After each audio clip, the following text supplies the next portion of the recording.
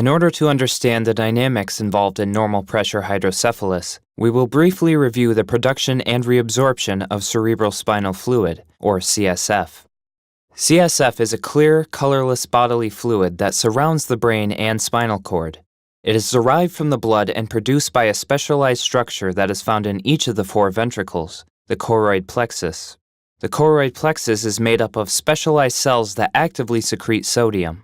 When blood supply reaches the choroid plexus, water is drawn out of the blood by osmosis into the relatively salty ventricles.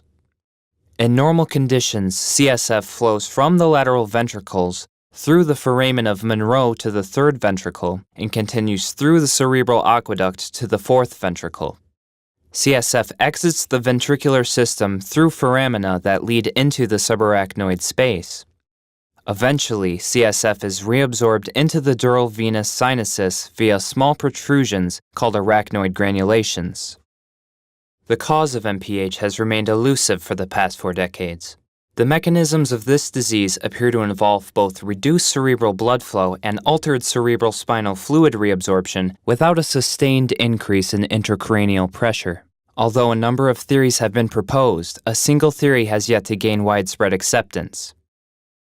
Current thinking is based on the Windkessel effect, the delicate balance of events that keep intracranial pressure stable within the active and dynamic cranial cavity.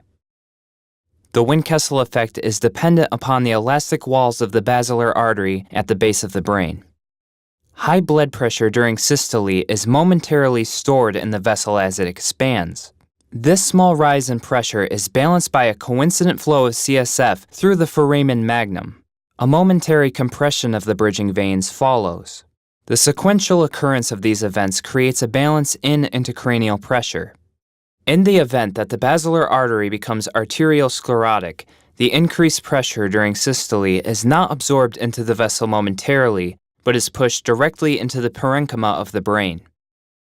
The subsequent flow of CSF through the foramen magnum and the momentary compression of the bridging veins does not occur.